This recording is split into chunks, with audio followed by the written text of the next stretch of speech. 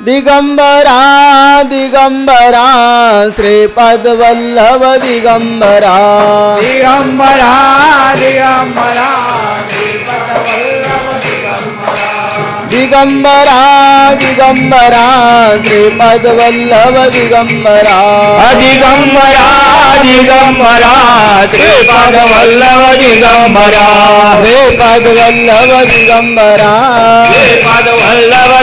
दिगंबरा श्रीपद वल्लभ दिगंबरा दिगंबरा दिगंबरा श्रीपद वल्लभ दिगंबरा दिगंबरा दिगंबरा श्रीपद वल्लभ दिगंबरा श्रीपद वल्लभ दिगंबरा श्रीपद वल्लभ दिगंबरा श्रीपद वल्लभ दिगंबरा श्रीपद वल्लभ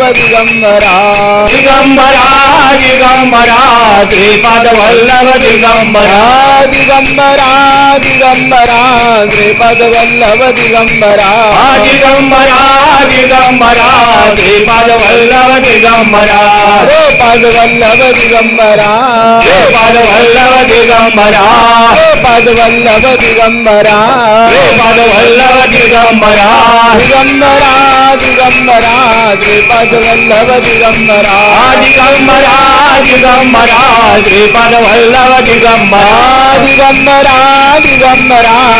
श्रीपद वल्लभ दिगंबरा दिगंबरा दिगंबरा श्रीपद वल्लभ दिगंबरा श्रीपद वल्लभ दिगंबरा श्रीपद वल्लभ दिगंबरा श्रीपद वल्लभ दिगंबरा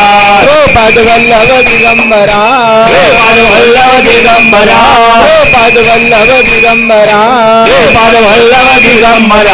दिगंबरा दिगंबरा श्रीपद वल्लभ दिगंबरा दिगंबरा दिगंबरा श्रीपद वल्लभ दिगंबरा दिगंबरा दिगंबरा श्रीपद वल्लभ दिगंबरा दिगंबरा दिगंबरा श्रीपद वल्लभ दिगंबरा श्रीपद वल्लभ दिगंबरा श्रीपद वल्लभ दिगंबरा श्रीपद वल्लभ दिगंबरा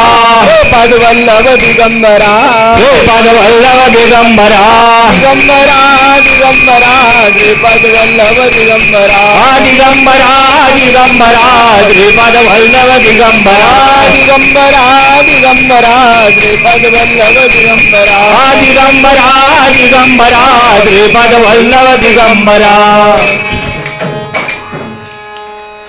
आज गुरुवार आहे आणि गुरुवारच्या निमित्ताने आपण सर्वजण दत्त महाराजांच्या दरबारामध्ये एकत्रित जमलोय.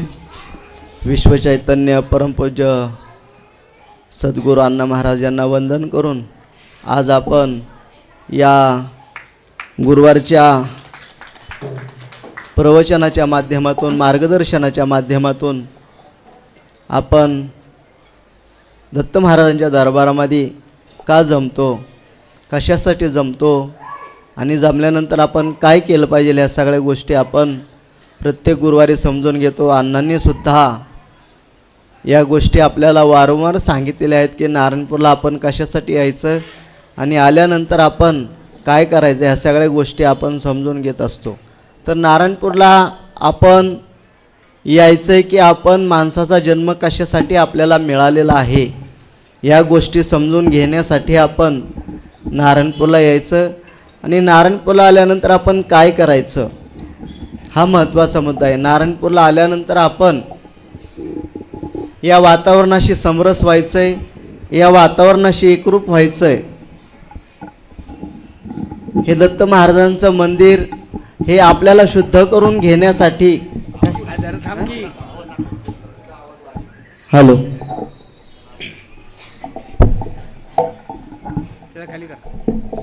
हे दत्त महाराजांचं जे मंदिर आहे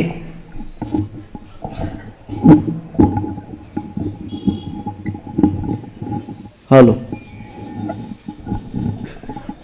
या मंदिरामध्ये आल्यानंतर आपण या वातावरणाशी एकरूप व्हायचं म्हणजे नक्की काय करायचं आपण दरवेळेस समजून घेत असतो. पण समजून घेऊन सुद्धा आपण आपल्यामध्ये थोडाफार का होईना बदल करणं आवश्यक आहे की नारायणपूरला आल्यानंतर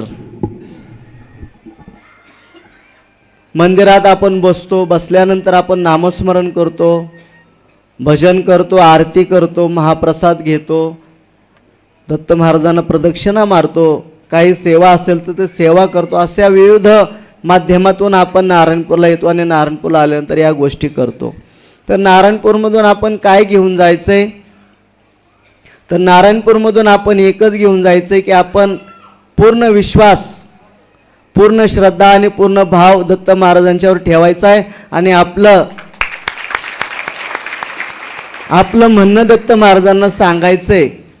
आणि ते सांगितल्यानंतर उचित जे असेल ते आपण घेऊन जायचं आहे. वाईट गोष्टी आपण या ठिकाणी सोडून जायच्यात आणि चांगलं विचार हे सगळे आपण आपल्यासोबत घरी घेऊन जायचे. त्यांना आपण आपल्या कुटुंबामध्ये या सगळ्या गोष्टी प्रत्येकाला समजून सांगायचे की नारायणपूरला गेल्यानंतर आपण शुद्ध भावाने, शुद्ध विचाराने परमेश्वराची सेवा करायची, अंतःकरणापासून सेवा करायची. म्हणजे तो भाव त्या दत्त महाराजांपर्यंत पोचल्याशिवाय कदापि राहणार नाही. असा यातला महत्त्वाचा. या सगळ्या गोष्टी समजून घ्यायच्यात की आपण नारायणपूरला जातो, तो श्रद्धा, भाव आणि विश्वास हा परमेश्वराला अर्पण करायचा आहे. आणि अर्पण केल्यानंतर जो काही आपल्याला आनंद होणार आहे, जो काही आपल्याला त्यातून मार्गदर्शन मिळणार आहे, जो काही आपल्याला आशीर्वाद मिळणार आहे, त्या आशीर्वादाच्या जोरावरच आपण या माणसाचा जन्म समजून घ्यायचा आहे. आणि समजून घेतल्यानंतर आपण आपल्या जीवनाची वाटचाल करायची. ती वाटचाल करत असताना आपल्या जीवनामध्ये प्रत्येकामध्ये प्रामाणिकता असणं गरजेचं आहे. काय? प्रत्येकामध्ये प्रामाणिकता असणं गरजेचं आहे. आणि कुठल्याही प्रकारचं मनामध्ये लाज न आणता आपल्या जीवनामध्ये कुटुंब जगण्यासाठी आपल्याला कुठल्याही प्रकारची लाज, भय या कुठल्याही गोष्टीची आवश्यकता नसणं गरजेचं आहे. आणि त्या माध्यमातून जर तुम्हाला तुमचा प्रपंच व्यवस्थितपणे चालवायचा असेल तर या गोष्टी सोडून आपण जर मनापासून प्रामाणिकपणाने जर कुठली गोष्ट केली तर ती यशस्वी झाल्याशिवाय कदापि राहत नाही. त्यासाठी एक उदाहरण सांगायचं झालं तर एक नवीन होतकरू मुलगा नोकरीच्या शोधामध्ये वनवन भटकत होता. नवीन होतकरू मुलगा शिकलेला सर्व काही, पण त्याला नोकरी मिळत नव्हती. त्याने खूप काही प्रयत्न केला, प्रत्येक दुकानामध्ये गेला, प्रत्येक ऑफिसमध्ये गेला, पण त्याला नोकरी अशी काही कोण द्यायला तयार नाही. कारण की त्याची अवस्था गरीब होती आणि गरीब अवस्थेमध्ये तो नोकरी शोधायला गेला. पण हुशार होता, पण नोकरी कोण देत नव्हतं. प्रत्येक ठिकाणी गेला, पण त्याला असेच काही ना काहीतरी कारणं सांगून त्याला घालवून द्यायला लागले.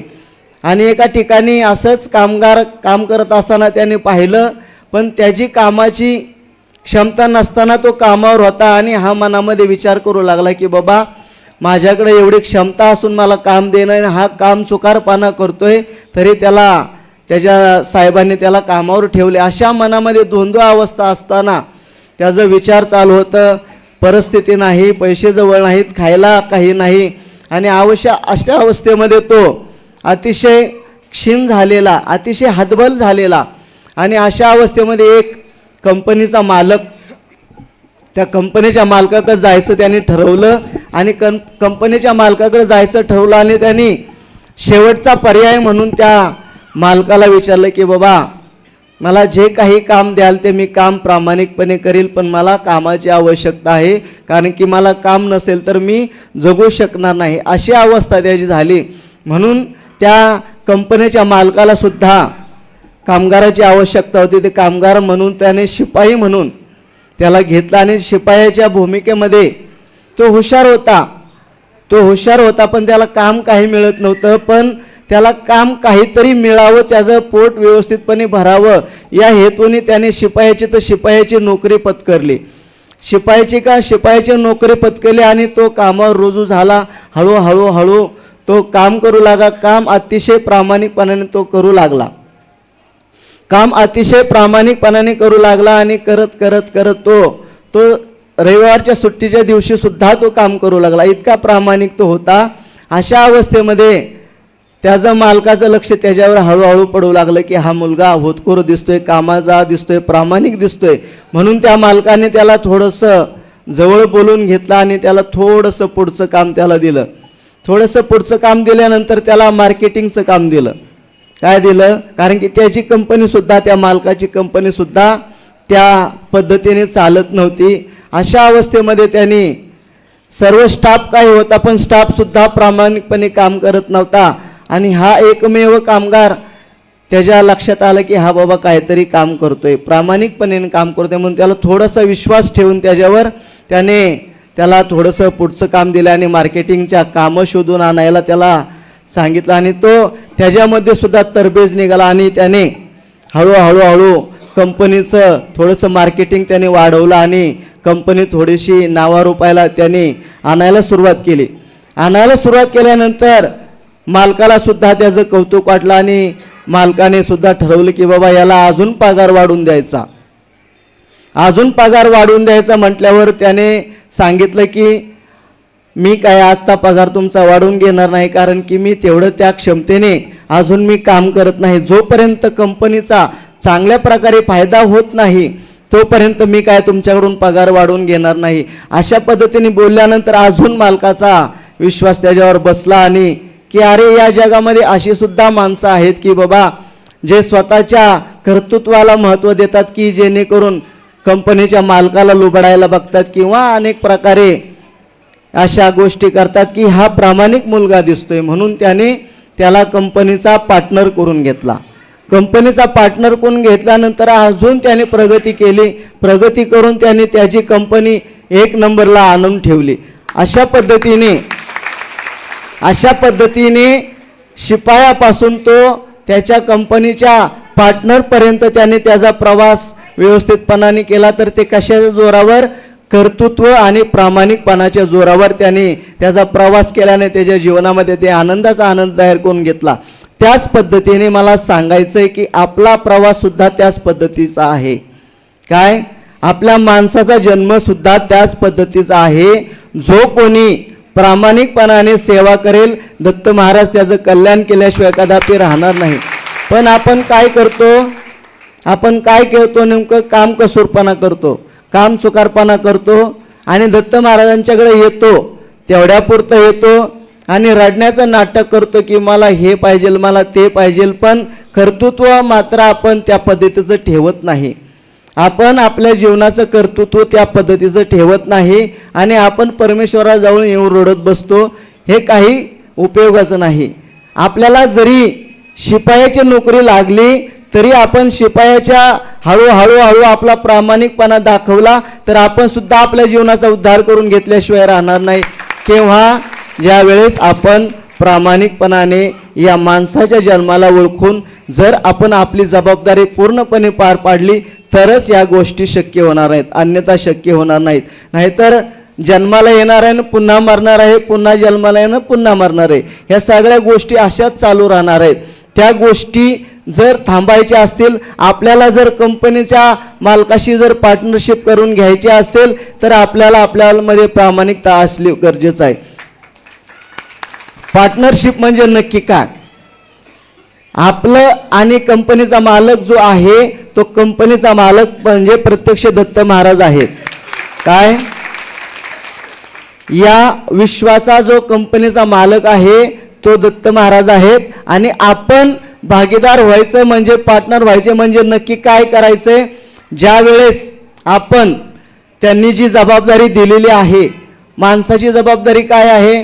माणसाने माणसाच्या जन्माला आल्यानंतर या जन्मामध्ये येऊन आपल्या ज्या सगळ्या वाईट गोष्टी असतील त्याचा त्याग करून आपण प्रामाणिकपणाने दत्त महाराजांचं नामस्मरण करायचंय.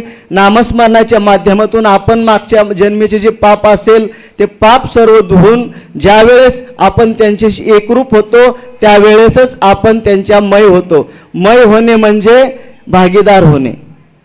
पुन्हा त्या जन्माला यायचंच नाही आणि पुन्हा त्या जन्माचे कष्ट सहन करायचे नाही. सुख नको, दुःख नको, कुठल्याच गोष्टी नको. तुम्ही तुमच्यामध्ये एकरूप करून घ्या म्हणजे आपल्या जीवनाचा आनंदाचा आनंद तयार झाल्याशिवाय कदापि राहणार नाही. ह्या सगळ्या गोष्टी समजून घ्यायच्यात की आपण माणसाच्या जन्माला आल्यानंतर या काही गोष्टी आहेत की सुखदुःख जे आहेत या देहाला चिकटलेले आहेत, आत्म्याला नाही. जे काही सुखदुःख आहेत ते देहाला चिकटलेले आहेत. कारण की देह हा नश्वर आहे, आत्मा हा अमर आहे. आणि हा अमर जोपर्यंत आहे, जोपर्यंत तो परमेश्वरापर्यंत एकरूप होत नाही तोपर्यंत तो असाच भटकत राहणार नाही. आणि ज्या वेळेस तो परमेश्वराशी एकरूप होईल त्यावेळेस तो कुठंतरी थांबणार आहे.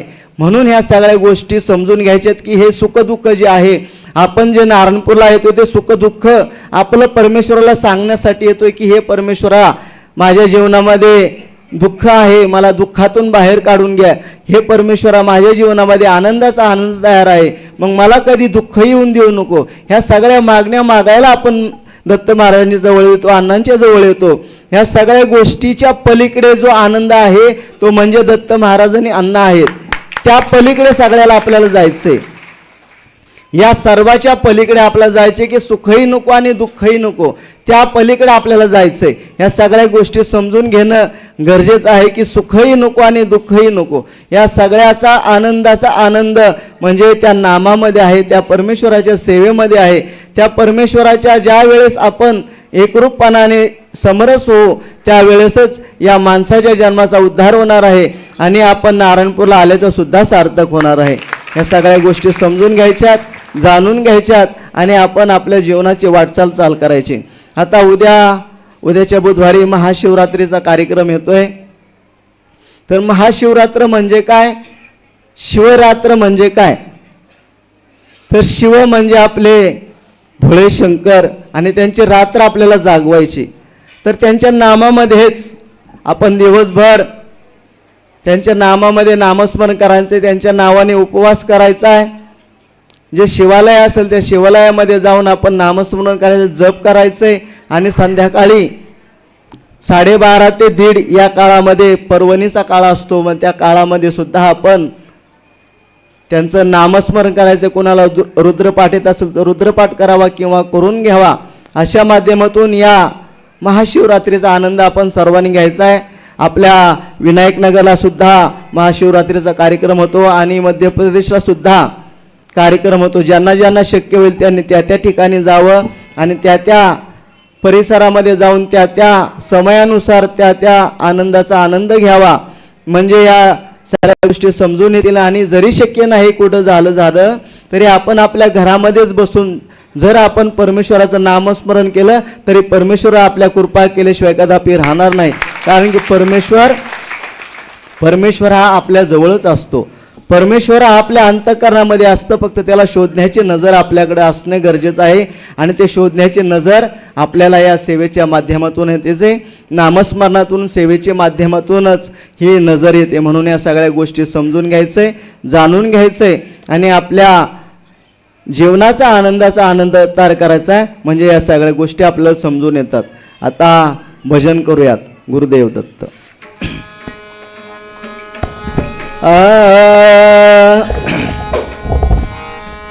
जय जय गुरुदेव दत्तात्रेयानुसे सुता जय जय गुरुदेव दत्तात्रेयानुसे सुता जय जय गुरुदेव दत्तात्रेयानुसे सुता जय जय गुरुदेव दत्तात्रेयानुसे सुता त्रेयानुसे सुता त्रेयानुसे सुता त्रेयानुसे सुता त्रेयानुसे सुता जय जय गुरुदेव दत्तात्रेयानुसे सुता जय जय गुरुदेव दत्तात्रेयानुसे सुता जय जय गुरुदेव दत्तात्रेयानुसे सुता जय जय गुरुदेव दत्तात्रेयानुसे सुता त्रेयानुसे सुता त्रेयानुसे सुता त्रेयानुसे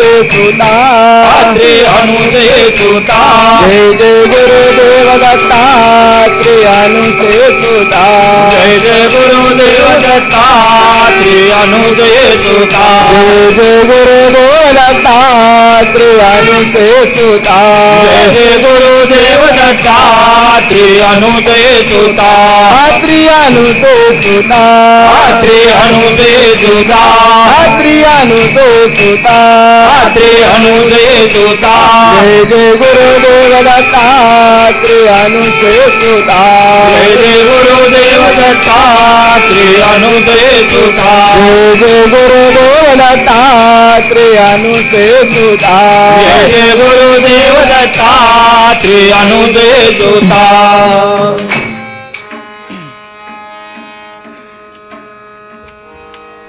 आजच्या ज्या गुरुवारचं अन्नदान आहे ते आजच्या गुरुवारचं अन्नदान हे गुप्त अन्नदान आहे. तरी ज्यांनी अन्नदान केले त्यांना आणि त्यांच्या कुटुंबियांना दत्त महाराज सुखाने समृद्धी असं टाळ्या वाजून आशीर्वाद द्यायचा आहे. आणि आपली पुढील पौर्णिमा जी आहे ती फाल्गुन पौर्णिमा आहे, होळीची पौर्णिमा. दिनांक आहे 13/3/2025, वार आहे गुरुवार. गुरुवारच्या दिवशी आपली होळीची पौर्णिमा याची सर्वांनी नोंद घ्या. डबल पौर्णिमा आहे. आपण जो जास्त वेळ मिळतो आपल्या कार्यक्रमासाठी आपण तशा पद्धतीची पौर्णिमा आपण प्रत्येक वेळेस धरत असतो. म्हणून सर्वांनी समजून घ्यायची की आपली उद्याची जी पौर्णिमा आहे ती गुरुवारी आहे 13/3/2025, वार गुरुवार. या दिवशी आपली होळीची पौर्णिमा याची सर्वांनी नोंद घ्या. गोपाला गोपाला देवकी नंदन गोपाला गोपाला गोपाला देवकी नंदन गोपाला गोपाला गोपाला देवकी नंदन गोपाला गोपाला गोपाला देवकी नंदन गोपाला देवकी नंदन गोपाला देवकी नंदन गोपाला देवकी नंदन गोपाला नंदन गोपाला गोपाला गोपाला देवकी नंदन गोपाला गोपाला गोपाला देवकी नंदन गोपाला गोपाला गोपाला देवकी नंदन गोपाला गोपाला गोपाला देवकी नंदन गोपाला देवकी नंदन गोपाला देवकी नंदन गोपाला देवकी नंदन गोपाला देवकी नंदन गोपाला गोपाला गोपाला देवकी नंदन गोपाला गोपाला गोपाला देवकी नंदन गोपाला गोपाला गोपाला देवकी नंदन गोपाला गोपाला गोपाला देवकी नंदन गोपाला देवकी नंदन गोपाला देवकी नंदन गोपाला देवकी नंदन गोपाला देवकी नंदन गोपाला गोपाला गोपाला देवकी नंदन गोपाला गोपाला गोपाला देवकी नंदन गोपाला गोपाला गोपाला देवकी नंदन गोपाला गोपाला गोपाला देवकी नंदन गोपाला देवकी नंदन गोपाला देवकी नंदन गोपाला देवकी नंदन गोपाला देवकी नंदन गोपाला गोपाला गोपाला देवकी नंदन गोपाला गोपाला गोपाला देवकी नंदन गोपाला गोपाला गोपाला देवकी नंदन गोपाला गोपाला गोपाला देवकी नंदन गोपाला. आता एकदा अण्णांचं भजन करू नंतर मग आरती करू. नारायण नारायण श्री गुरु नारायण नारायण नारायण नारायण नारायण श्री गुरु नारायण नारायण नारायण. नारायण नारायण श्री गुरु नारायण नारायण नारायण नारायण नारायण श्री गुरु नारायण नारायण नारायण. श्री गुरु नारायण नारायण नारायण नारायण नारायण नारायण श्री गुरु नारायण नारायण नारायण नारायण नारायण अण्णा नारायण नारायण नारायण नारायण नारायण नारायण नारायण नारायण श्री गुरु नारायण नारायण नारायण नारायण नारायण श्री गुरु नारायण नारायण नारायण नारायण नारायण श्री गुरु नारायण नारायण नारायण नारायण नारायण श्री गुरु नारायण नारायण नारायण श्री गुरु नारायण नारायण नारायण नारायण नारायण नारायण श्री गुरु नारायण नारायण नारायण नारायण नारायण नारायण अण्णा नारायण नारायण नारायण स्वामी नारायण नारायण नारायण नारायण नारायण श्री गुरु नारायण नारायण नारायण नारायण नारायण श्री गुरु नारायण नारायण नारायण नारायण नारायण श्री गुरु नारायण नारायण नारायण नारायण नारायण श्री गुरु नारायण नारायण नारायण गुरु नारायण नारायण नारायण नारायण नारायण नारायण श्री गुरु नारायण नारायण नारायण नारायण नारायण नारायण नारायण नारायण नारायण स्वामी नारायण नारायण नारायण नारायण नारायण श्री गुरु नारायण नारायण नारायण हे नारायण नारायण श्री गुरु नारायण नारायण नारायण